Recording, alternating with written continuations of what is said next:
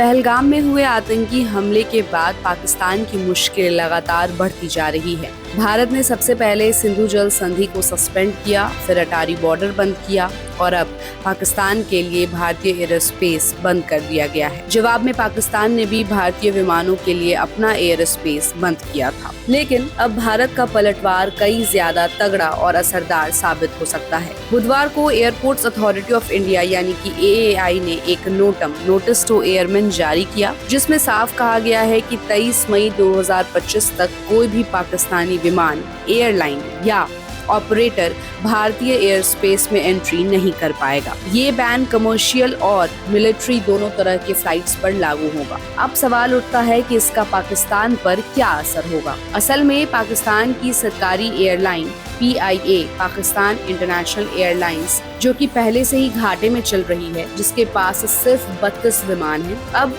उसे भारतीय air space से बचकर लंबा रूट लेना पड़ेगा, जैसे कि चीन या श्रीलंका की तरफ से। अब बात करें कि इस लंबे रूट से क्या क्या दिक्कतें होंगी, तो उड़ानों की दूरी और टाइमिंग बढ़ेगी, ज्यादा फ्यूल की खपत होगी, ज्यादा क्रू ड्यूटी और मेंटेनेंस कॉस्ट आएगी, कुछ फ्लाइट्स को रद्द या रीशेड्यूल करना पड़ेगा। एविएशन एक्सपर्ट्स के मुताबिक कई उड़ानों का समय 1 से 3 घंटे तक बढ़ सकता है और इसका सीधा असर PIA की ऑपरेटिंग कॉस्ट और कमाई पर पड़ेगा।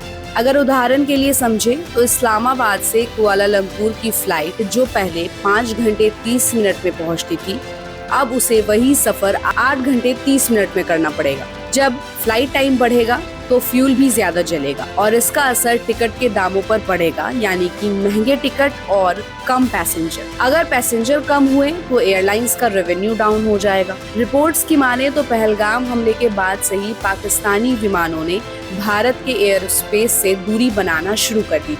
अब जब भारत ने ऑफिशियली एयर स्पेस बंद कर दिया है तो PIA के पास कोई ऑप्शन नहीं बचा है। लंबे और महंगे रूट्स ही एकमात्र रास्ता है। आपको बता दें कि भारत के पास इससे कई बड़ा एयरलाइन नेटवर्क है। सिर्फ इंडिगो के पास 372 विमान हैं और एयर इंडिया के पास 200 से ज्यादा।